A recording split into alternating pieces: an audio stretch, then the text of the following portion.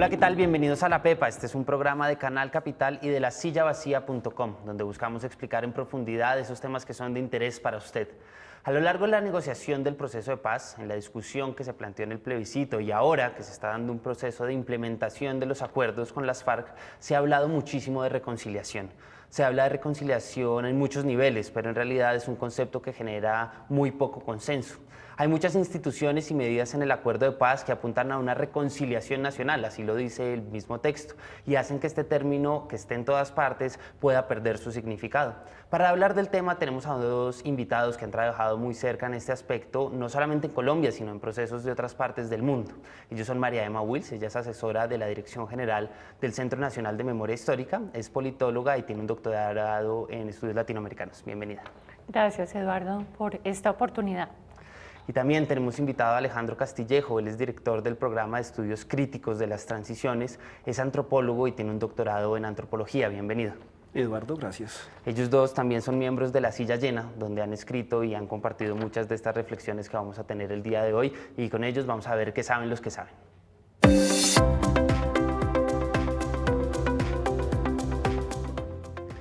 María Emma, ya lo decíamos en la introducción, la reconciliación está por todas partes. Hay centros que se dedican a estudiarla, fundaciones que buscan que el país se reconcilie, el acuerdo está lleno de estas ideas, en todos lados está. Pero uno, ¿cómo debería entender esto? No, como bien lo decías tú, yo creo que la palabra está llena de múltiples significados y no hay un consenso alrededor de ella. Yo creo que en Colombia se ha usado mucho como una palabra que quiere imponer a las víctimas la carga del perdón y de la posibilidad de un buen vivir juntos.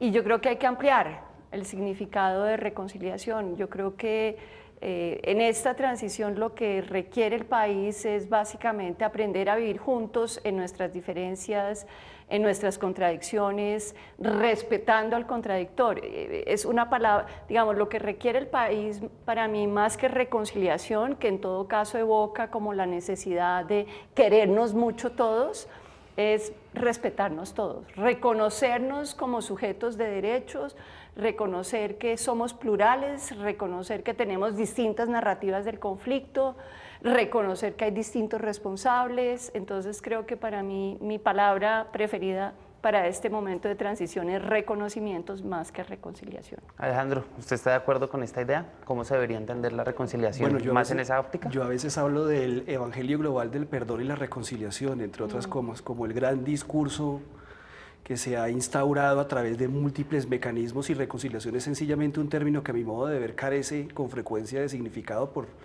en el sentido en que de pronto tiene demasiados significados, pero cuando uno va a ver las definiciones operacionales en realidad a veces ni siquiera se ve. Creo yo que es el lenguaje global que se ha instaurado para tratar de pensar sociedades que han estado fracturadas por diferentes motivos, guerras y demás, genocidios y etcétera, y es la palabra que acarrea la mayor cantidad, digámoslo así, de prácticas institucionales específicas. No solo acá, en todo el mundo. No, es un lenguaje que de hecho se ha institucionalizado globalmente y tiene una carga, digamos, religiosa muy profunda, judeocristiana muy cargada.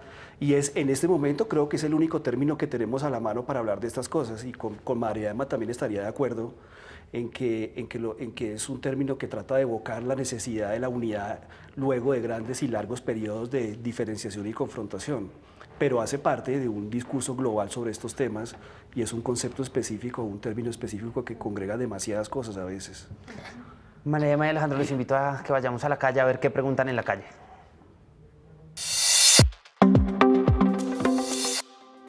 Tengo una duda y la quiero formular ante los televidentes para preguntar que si es conveniente y necesario, si víctimas y victimarios nos perdonemos en beneficio de la reconciliación y la paz. Alejandro, esta pregunta que se plantea esta persona que está en la calle tiene que ver mucho con lo que decía María Emma, y ¿es necesario poner toda la carga en las víctimas? Es decir, ¿es necesario que ellas perdonen para que haya una reconciliación? ¿Usted cómo ve ese punto? Bueno, yo siempre he dicho que en Colombia particularmente son las víctimas las que han cargado el peso de la llamada reconciliación, desde el proceso de justicia y paz incluso, Y es muy interesante ver cómo reconciliación y perdón son dos términos que vienen juntos, precisamente encuadrados, distribuidos y socializados a través de estos mecanismos globales. Me parece que cuando uno cambia de contexto, palabras como reconciliación y perdón adquieren connotaciones distintas. Cuando tú te mueves para Sudáfrica y lo comparas, por ejemplo, con el proceso de justicia y paz, donde los perpetradores o los que estaban, los versionados de justicia y paz tenían una capacidad de hablar impresionante comparativamente, ese proceso de justicia y paz en otras partes del mundo yo creo que serían impensables. Entonces yo creo que uno tiene que comenzar como a pensar, estos términos cambian y cambian su constitución social. Y clarísimamente lo que ha pasado en Colombia es que se le ha puesto sobre la espalda el futuro de la, entre comillas, reconciliación bajo los hombros, sobre los hombros de las víctimas. Y eso es algo muy característico acá, entre otras cosas, sin querer decir que sea único ni muchísimo menos. María Emma, ¿tienen que perdonar las víctimas para que esto exista, una cosa como la reconciliación? Digamos, yo he oído distintas reacciones de víctimas de distintos territorios, entonces me voy a referir, por ejemplo, a víctimas de la masacre de Portete en La Guajira, donde algunas de las mujeres decían, pues nosotros no tenemos por qué perdonar, es decir, el perdón no necesariamente conlleva a la posibilidad de vivir juntos. Entonces yo creo que la pregunta es, ¿cómo hacemos en este país para caber todos, sin dejar de pensar lo que pensamos, sin nuestras distintas posturas políticas, ideológicas, pero dentro de un enorme respeto por la diferencia y por la contradicción y por el reconocimiento de que la contradicción es una riqueza y no un atentado contra una comunidad homogénea? Lo voy a poner de otra manera. Yo digo que Colombia es muy diversa, pero no es pluralista. Definitivamente no somos pluralistas porque no podemos aceptar que el otro piense distinto o que nos lleve la contraria. Entonces, para mí es más importante que aprendamos a aceptar las contradicciones, los antagonismos, sin estigmatizar al otro, sin polarizar a la sociedad y excluir esas contradicciones, más que la reconciliación. El otro día, y con esto termino estos ejemplos, le escuché a una hermana que trabaja en el Chocó, que una de las víctimas con las que ella trabaja decía, pero yo ¿por qué tengo que perdonar? Yo no conozco al perpetrador, no sé lo que le pasó a mi hijo, qué es, a quién y qué es lo que tengo que perdonar. Por otra parte, esta persona está convencida de que es necesario transitar hacia la paz y ella hablaba más en términos de una comunión, de cómo hacemos para generar una posibilidad de vivir juntos, sin matarnos, aceptando nuestras diferencias. Claro, que esto marca como dos ritmos, por lo menos en el acuerdo. Por un lado está un cambio un poco cultural, que es lo que usted describe, pero por otro lado hay todo un aparato que se va a implementar, que está la Justicia Especial para la Paz, una unidad de búsqueda de desaparecidos, pero también una comisión de la verdad que ya sin ser instalada, digamos, como tal, ya vemos que ha generado muchísimas, digamos, confrontaciones y diferencias. Es normal tal vez en un proceso como estos. Alejandro, ¿cómo funciona este aparato complejísimo por lo demás del acuerdo en esta triada que describamos en términos de reconciliación? Bueno, yo creo que en principio son procedimientos o mecanismos que lo que tratan de hacer es la configuración de una, así como dicen en otras leyes, la configuración de una imagen lo más cercana posible de los procesos y de las dinámicas del conflicto armado y de las responsabilidades colectivas, incluso diría yo, en el contexto del conflicto. Entonces una parte del aparataje se dedica a tratar de entender y asignar responsabilidades específicas, otra parte del aparataje se dedica a la configuración de una memoria histórica y lo que llaman ahí una esclarecimiento de la verdad, y la verdad tiene muchos niveles también, no es una palabra para nada sencilla, entre otras cosas. Y la unidad de búsqueda, pues claro, es un país que ha tenido una gran cantidad de personas desaparecidas y personas dadas por desaparecidas y desaparecidos forzados, porque son todos distintos a la hora de la verdad en términos legales. Entonces, todo eso lo que está tratando de hacer es tratar de construir una imagen lo más, o una foto, una imagen lo más consensuada incluso y lo posible dentro de las múltiples diferencias y polarizaciones que hay en Colombia, un poco bajo el presupuesto de que, y este es parte del Evangelio Global del Perdón, nosotros no podemos avanzar si no tenemos claro al menos una parte del pasado, una buena parte del pasado, diría yo.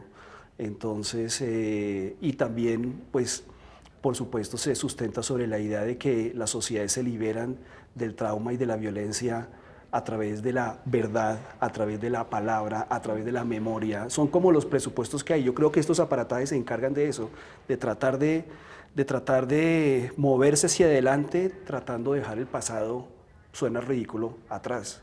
Claro, porque usted cómo ve, digamos, esta institucionalidad que está muy bien escrita, por lo menos a la hora de generar una transición, precisamente, No, de yo dejar creo que un pasado atrás. lo que o llamamos transición. diseños institucionales, es decir, el andamiaje normativo que está detrás de la JEP y de la Comisión de Esclarecimiento está muy bien pensada, pero el problema es que está en un país polarizado, es decir, esto es, bueno, a mí me tiene en duelo.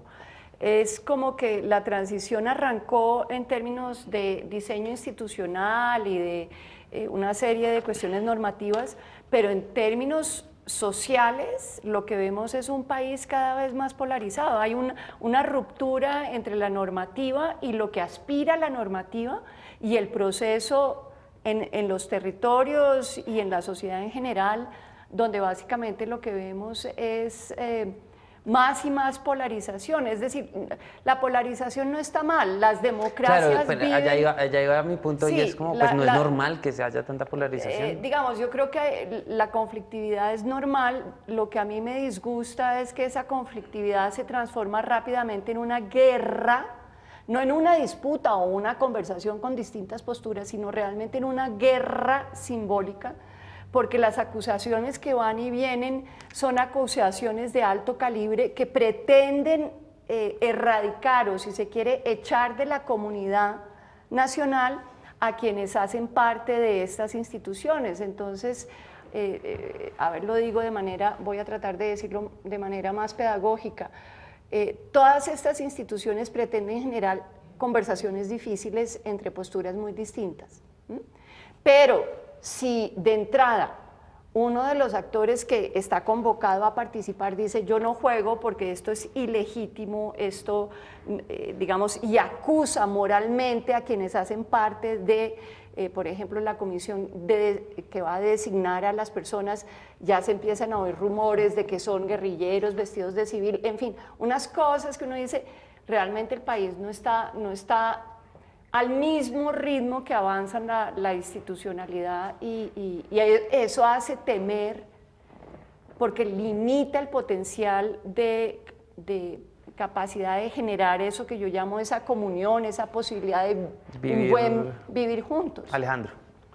Bueno, yo creo que como cualquier transición nosotros estamos enfrentados ante el desmonte y la desestructuración de todas las categorías, conceptos sobre los cuales y en los cuales hemos habitado durante 50 y pico de años, o más incluso si uno mirara ciertas cosas. Y clarísimamente ante un mundo que se derrumba, pues lógicamente emergen todos los miedos posibles que además son racionalizados a través del proceso político, por ejemplo. En Sudáfrica, por ejemplo, era clarísimo que cuando se desmonta el apartheid, imagínense, se desmonta un sistema en el cual los blancos eran el centro del mundo y pensaban que tenían la razón. Y el trauma más fuerte para estos blancos que habitaban la hegemonía social era pensar que habían estado, por ejemplo, equivocados durante 40 años porque el apartheid no era solamente un régimen político, sino un crimen contra la humanidad. Entonces, cuando eso se derrumba, todas las categorías de nuestra vida diaria, desde quién es nuestro amigo, quién es nuestro enemigo, a quién nos acercamos y a quién no, cómo reproducimos la cercanía y la convivencia, o lo contrario, cómo reproducimos la distancia y la guerra, se derrumbaron. Y lo que está pasando en Colombia me parece a mí que es sencillamente, además de los intereses creados alrededor de todo esto, creo que es eso en el contexto de un país que está comenzando a repensarse de una forma distinta, y eso nadie ha dicho que eso va a ser fácil ni va a ser sencillo, Claro, porque hay muchos intereses y ahí hay un invertidos en punto, eso. y es que la reconciliación o el imaginario, el deber ser de la reconciliación puede ir en contra del consenso general, ¿no? Ya vimos, ganó el no en el plebiscito. La mayoría de gente no está de acuerdo con lo que está siendo acordado por una u otra razón. ¿Cómo ve ese punto? Sí, yo creo que digamos, los líderes políticos, lo que ocurre con los líderes políticos es que resuenan en muchos sectores, es decir, el liderazgo político no es solo una persona que tiene poder porque sí, es una persona que tiene la capacidad de ofrecer marcos interpretativos a una cantidad de gente. Y esa oferta de marcos interpretativos a mí me tiene un poquito en duelo porque son marcos más vinculados desde mi perspectiva con la guerra. Es como si transitáramos de la guerra de los fusiles a la guerra de las palabras y no a una capacidad de enmarcar lo que nos ocurrió dentro de un conflicto armado, efectivamente, donde hay múltiples perpetradores, donde además hay una cantidad de alianzas y de complicidades sociales.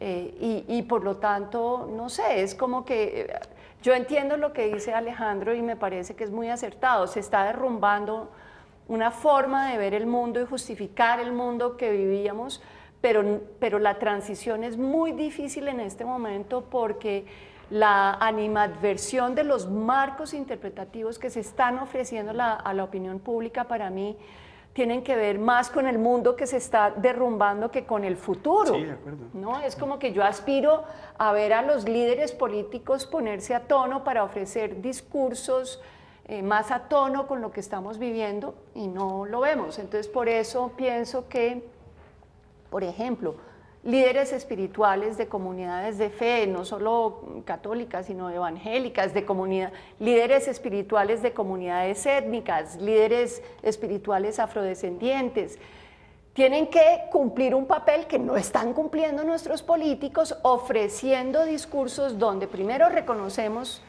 nuestras responsabilidades. Es decir, no podemos avanzar si no hay un reconocimiento de lo que hicimos mal. Y yo quiero bajar la discusión no tanto al plano político, que pareciera que fuera como en una dimensión un poco descoordinada, o no estoy muy seguro de lo que en el acuerdo se ha llamado la paz territorial. Este acuerdo de paz tiene como eje ese concepto de paz territorial, ha sido un concepto defendido en todos los puntos y la idea es construirlo así. ¿Cómo se construye una cosa así como paz territorial en términos de reconciliación? Pues no sé, yo creo que parte del discurso oficial, intuyo yo, tiene que ver precisamente con la ampliación del Estado, donde en teoría no ha estado en mucho tiempo, y eso tiene que ver con transferencias y con institucionalidades, con ministerios, con justicia, con etcétera, etcétera, etcétera. Pero a mí me parecería más interesante cambiar un poco el destino de esa discusión y decir más bien, tratar de preguntarnos desde el centro de Colombia es cómo es que comunidades y personas específicas y seres humanos, entre otras muy pequeños, han logrado sobrevivir durante 40 años. Y una de las cosas que uno descubre cuando uno camina por el país es que en Colombia hay gente haciendo paz y construyendo paz hace 40 años y que eso no es una cosa que haya emergido a raíz, digamos, del proceso en Cuba. Entonces la gran pregunta es, ¿cómo han sobrevivido ellos? Y esa minucia y esa microscopía de las maneras como las organizaciones sociales han sobrevivido, me parece que es muy importante para entender indistintamente al encuadre institucional, incluso cómo es que los seres humanos van a seguir construyendo paz al nivel propiamente comunitario. Y ahí es donde está, a mi modo de ver, el gran reto de los próximos 10 años. No en la implantación institucional, que eso entre otras es hasta fácil, sino lo más territorial. Claro, la implantación de lo institucional en lo territorial. Digo yo que eso es relativamente sencillo en términos, bueno, en diferentes términos, pero sobre todo yo diría que es la manera como nosotros reproducimos cotidianamente nuestras relaciones de proximidad y convivencia para que nuestros hijos hereden una noción distinta del mundo. María, usted estudia mucho estos procesos desde las comunidades, de la construcción de paz desde abajo, si se quiere, o desde donde está pasando pues la guerra al final de cuentas. ¿Cuál es el reto desde ahí? Pues un poquito de diferencia de lo que decía Alejandro, yo creo que, digamos, reconozco que en lo territorial ya hay procesos de convivencia y de concordia y de paz que se están desarrollando. Yo creo que las víctimas son portadoras de una serie de palabras, de iniciativas, de la palabra dulce, como dice un colega que trabaja con el enfoque étnico, ya está circulando por el país. La palabra dulce ya está circulando, la palabra afectuosa, la palabra que acoge al otro. Pero donde sí la veo difícil es que el Estado, así tenga la voluntad de llegar a los territorios, tiene enormes dificultades de operar eficientemente y llegar con todo lo que esperan las comunidades. Las comunidades esperan la palabra dulce, que ya la están llevando a cabo, pero también esperan la carretera. Digamos, ¿qué vimos con las zonas de concentración de las FARC? ¡Ay, qué horror! No hay zonas de concentración. Bueno, es que no hay carretera, no hay cómo llevar las cosas. El país es un país que todavía no reconoce que no hay un mercado nacional integrado, sino que hay una serie como de regiones desintegradas entre sí. Entonces, llevar el Estado es difícil, primero porque no estamos, digamos, esas carreteras no existen, pero además hay una serie como de cortocircuitos en la cadena efectiva de las burocracias. Entonces, hacer la escuela, ¿quién trae el bulto? Entonces lo traen unos. Bueno, ¿quién pone el profesor? Lo traen otros. Entonces uno diría, entonces están de acuerdo, ¿no? Y uno lo que ve es una enorme fragmentación dentro de la institucionalidad. Estamos haciendo esfuerzos, digamos, la institucionalidad está haciendo esfuerzos de coordinación, pero venimos de una carga y de un pasado de descoordinación absoluta. Y eso a veces pasa además por rupturas que tienen que ver con la captura del Estado por organizaciones criminales. Entonces, digamos, la tarea, creo que ahí quisiera honrar a tantos jóvenes que hacen parte hoy en día del Estado colombiano, que están tratando de hacer muy bien su tarea, pero a la vez cargamos con un Estado muy atado como a ineficiencias históricas, por decirlo mismo. O sea, sabemos qué tenemos que hacer, pero no tenemos muy claro el cómo se va a hacer todo eso. ¿Cómo se va a hacer? María ¿Cómo Alejandro, lograr? los invito entonces a que vayamos a la pepa de este asunto.